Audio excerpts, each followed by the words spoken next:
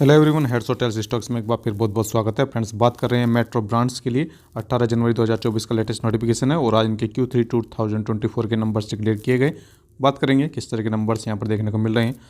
आगे बढ़ने से पहले मैं आपको बता दूँ, यहाँ पर डिक्लेरेशन ऑफ इंटरिम डिविडेंड भी देखने को मिल रहा है। जी हाँ, ₹2.75 पर इक्विटी शेयर का इंटरिम डिविडेंड डिक्लेयर किया गया है फाइनेंशियल ईयर 2023-24 के लिए। और इसके लिए जो रिकॉर्ड डेट फिक्स की गई है वो जनवरी 31, 2024 31 जनवरी 2024 फिक्स की गई है। आगे चलते हैं, बात करते हैं इनके फाइनेंशियल नंबर्स के लिए। सो फ्रेंड्स, अभी हम आ गए मेट्रो ब्रांड्स लिमिटेड के लिए। इनके अनऑडिटेड कंसोलिडेटेड फाइनेंशियल नंबर्स के ऊपर 31 दिसंबर 2023 क्वार्टर के Q3 के नंबर्स हैं। जो वैल्यूज़ यहाँ पर देखने को मिल रही हैं करोड़ में देखने को मिल रही हैं और इन वैल्यूज़ को राउंड फिगर में लेकर कंपेयर करेंगे सो दैट के कंपेरिजन करने में आसानी रहे।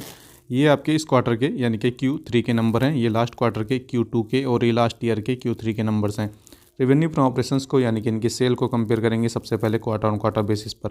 लास्ट क्वार्टर में Q2 में इनका जो रेवेन्यू फ्रॉम ऑपरेशन जनरेट हुआ था 556 करोड़ रुपीज़ के आसपास था और इस क्वार्टर में बढ़कर 635 करोड़ रुपीज़ के आसपास है।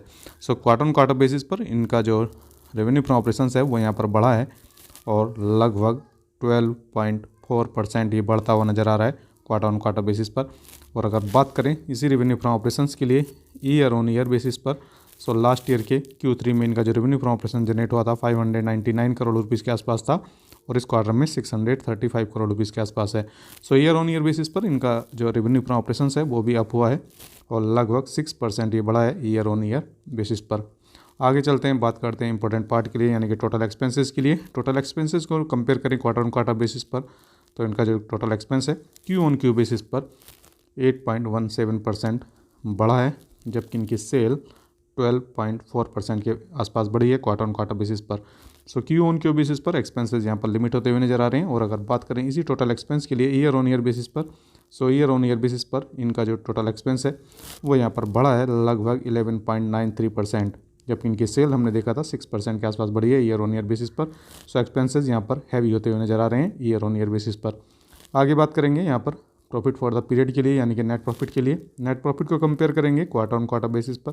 लास्ट क्वार्टर में Q2 में इनका जो नेट प्रॉफिट था अराउंड 68 करोड़ रुपीज़ के आसपास था और इस क्वार्टर में 99 करोड़ रुपीज़ के आसपास है। सो Q ऑन Q बेसिस पर इनका जो नेट प्रॉफिट है वो अराउंड आपका 45.58% बढ़ता हुआ नज़र आ रहा है। रीज़न इनका जो एक्सपेंस है वो लिमिट हुआ है। और अगर बात करें इसी नेट प्रॉफिट के लिए ईयर ऑन ईयर बेसिस पर, सो लास्ट ईयर के Q3 में इनका जो नेट प्रॉफिट था अराउंड 113 करोड़ रुपीज़ के आसपास था और इस क्वार्टर में 99 करोड़ रुपीज़ के आसपास है। सो ईयर ऑन ईयर बेसिस पर इनका जो नेट प्रॉफिट है वो यहाँ पर डाउन हुआ है और लगभग 12.3% ये डाउन हुआ है ईयर ऑन ईयर बेसिस पर। रीज़न इनके एक्सपेंसेस हैवी हुए हैं ईयर ऑन ईयर बेसिस पर। आगे चलते हैं, बात करते हैं यहाँ पर EPS की, अर्निंग पर शेयर। अब देखेंगे क्वार्टर ऑन क्वार्टर बेसिस पर बढ़ा है और ईयर ऑन ईयर बेसिस पर कम हुआ है। सो फ्रेंड्स, देखना होगा किस तरह से इन मिक्स नंबर्स को लेता है मार्केट। और फ्रेंड्स, अपनी डिटेल्ड स्टडी जरूर करें। बहुत बहुत